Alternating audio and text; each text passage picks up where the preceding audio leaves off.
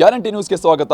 ನಾನು ಚೇತನ್ ನಾಯ್ಕ್. ಎಲ್ಲರಿಗೂ ಗೊತ್ತೇ ಇದೆ, the rise of Ashoka cinema shooting ನಡೀತಾ ಇರ್ತಕ್ಕಂಥದ್ದು. ನಮ್ಮ ಜೊತೆ ಕಾಂತಾರ ಬೆಡಗಿ ಸಪ್ತಮಿ ಗೌಡ ಇದ್ದಾರೆ, ಮಾತಾಡಿಸ್ತಾ ಹೋಗೋಣ.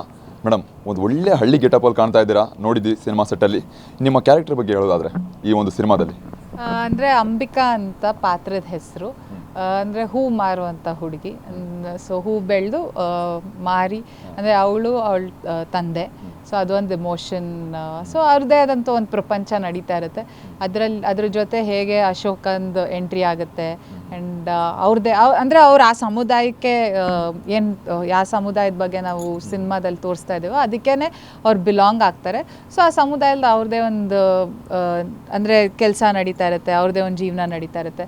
ಸೊ ಅಶೋಕನ ಎಂಟ್ರಿ ಆಗಿ ಅದು ನೆಕ್ಸ್ಟ್ ಜೀವನದಲ್ಲಿ ಅದು ಹೇಗೆ ಅದು ಟರ್ನ್ಸ್ ಆಗುತ್ತೆ ಅಂತ. ಪೂರ್ತಿ ಉತ್ತರ ಕಥೆನೇ ಕ್ಲೂ ಕೊಟ್ಬಿಟ್ರಿ ನಮ್ಮ ಪ್ರೇಕ್ಷಕರಿಗೆ.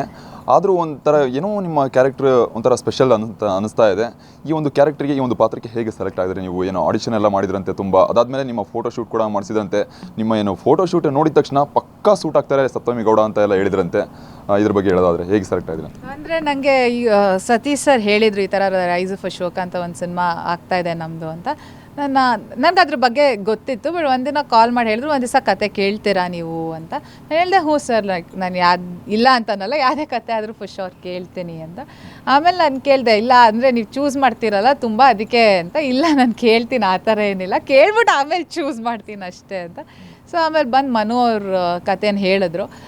ತುಂಬ ಬ್ರೀಫಾಗೆ ಸಮರೈಸ್ ಮಾಡಿ ಹೇಳಿದ್ರು. ನಂಗೆ ಕ್ಯಾರೆಕ್ಟರ್ ಬಗ್ಗೆ ಒಂದಿಷ್ಟು ಇಮೋಷನ್ಸ್ ಆಗಿರ್ಬೋದು, ಅಥವಾ ಕ್ಯಾರೆಕ್ಟರ್ ಹೇಗೆ ಚೇಂಜ್ ಆಗ್ತಾ ಹೋಗುತ್ತೆ through the story, as the story runs ಅಂತ ಅದನ್ನೊಂದಿಷ್ಟು ಹೇಳಿದ್ರು. ಸೊ ನನಗೆ ಅಂದರೆ ಕತೆ ಅದಕ್ಕೊಂದು ಪರ್ಪಸ್ ಇದೆ. ಏನೋ ಸಿನಿಮಾ ಅಥವಾ ಏನಕ್ಕೆ ಈ ಊರಲ್ಲಿ ನಡೀತಾ ಇದೆ, ಅಥವಾ ಏನಕ್ಕೆ ಈ ನೇಟಿವಿಟಿ ಇದೆ, ಅದಕ್ಕೆಲ್ಲ ಒಂದು ಪರ್ಪಸ್ ಇದೆ. ಸೊ ಆ ಪರ್ಪಸ್ ಇಷ್ಟ ಆಯಿತು. ಮತ್ತು ಅಶೋಕನ್ ಕ್ಯಾರೆಕ್ಟರ್ಗಾಗಿರ್ಬೋದು ಅಥವಾ ಅಂಬಿಕಾನ ಕ್ಯಾರೆಕ್ಟರ್ಗಾಗಿರ್ಬೋದು, ಅವ್ರಿಗೆಲ್ಲ ಒಂದಿಷ್ಟು ಪರ್ಪಸಸ್ ಇದೆ.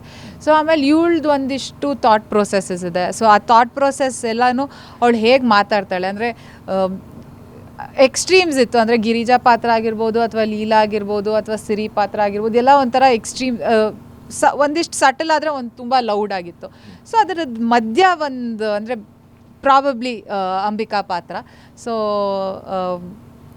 ಬೇಸಿಕಲಿ ನನಗೆ ಅವ್ಳು ಮಾತಾಡೋ ವರ್ಡ್ಸ್ ಏನಿತ್ತು, ಸೊ ಅದು ನನಗೆ ಅದಿಷ್ಟ ಆಯಿತು. ಸೊ ಇನ್ನೊಂದೇನಂದ್ರೆ ಹೇಳೋಕ್ಕೆ ಇಷ್ಟಪಡ್ತೇನೆ ಅಂದರೆ, ನೀವು ಕಾಂತಾರ ಹಿಟ್ಟಾದಮೇಲೆ ಸಾಕಷ್ಟು ಸಿನಿಮಾ ಆಫರ್ಗಳು ಬರುತ್ತೆ ನಿಮಗೆ. ಆದರೂ ಕೂಡ ಎಲ್ಲೋ ಒಂದು ಕಡೆ ನೀವು ಸಿನಿಮಾದನ್ನು ಒಂದು ಒಳ್ಳೆ ಪಾತ್ರಕ್ಕೆ ಹುಡುಕ್ತಿದ್ದೀರಾ, ಒಂದು ಒಳ್ಳೆ ಸಿನಿಮಾಗೋಸ್ಕರ ಚೂಸಿಯಾಗಿ ಕಾಣ್ತಾ ಇದ್ದೀರಾ ಅಂತ ಅನ್ನಿಸ್ತು. ಹೇಗೆ ಇದ್ರ ಬಗ್ಗೆ ಹೇಳೋದು? ಹೌದು, ಅಂದರೆ ಯಾವಾಗಲೂ ಅಷ್ಟೇ. ಪಾಪ್ಕಾರ್ನ್ ಆದಮೇಲೆ ಅದು ವೇಟ್ ಮಾಡಿದ್ವಿ. ಕಾಂತಾರ ಆದಮೇಲೂ ಅಷ್ಟೇ. ಕಾಂತಾರ ಆದಮೇಲೆ ಐ ಥಿಂಕ್ ಈ ವರ್ಷವೇ ನಾನು ಜಾಸ್ತಿ ಸಿನಿಮಾ ಅಂತ ಒಪ್ಕೊಂಡಿದ್ದಿಲ್ಲ. ಅಂದರೆ ಮ್ಯಾಕ್ಸಿಮಮ್ 2 ಸಿನಿಮಾ ಒಪ್ಕೊತಾ ಇದ್ದಿದ್ದು ಎವ್ರಿ ಇಯರ್. ಈ ವರ್ಷವೇ 3 ಸಿನಿಮಾ ಪ್ಲಸ್ 1 ರಿಲೀಸ್ ಇದೆ. ಸೊ ಕಂಟಿನ್ಯೂಸ್ ಆಗಿ ಅದು ಶೂಟಿಂಗ್ ನಡೀತಾ ಇದೆ. So probably this is like the most busiest year ನಂದು, ಜಾಸ್ತಿ ಒಪ್ಕೊಂಡಿರೋದು. ಎಲ್ಲ ಪಾತ್ರನೂ ಡಿಫ್ರೆಂಟ್ ಆಗಿತ್ತು. ಸೊ ಹಾಗೇ ಅಂಬಿಕಾ ಪಾತ್ರನೂ ಅಷ್ಟೇ. ಸೊ ಹೌದು, I am pretty choosy about it. But ಹಾಗೇ ಇಫ್ ದ ಸ್ಕ್ರಿಪ್ಟ್ಸ್ ನನಗಿಷ್ಟ ಆಗೋ ಥರ ಬಂದರೆ ಖಂಡಿತ ಇವಾಗ ಜಾಸ್ತಿ ಶೂಟ್ ಮಾಡ್ತಾ ಇದ್ದೀನಿ ಈ ವರ್ಷ. ಗ್ಯಾರಂಟಿ ನ್ಯೂಸ್, ಸುದ್ದಿ ಖಚಿತ, ನ್ಯಾಯ ನಿಶ್ಚಿತ.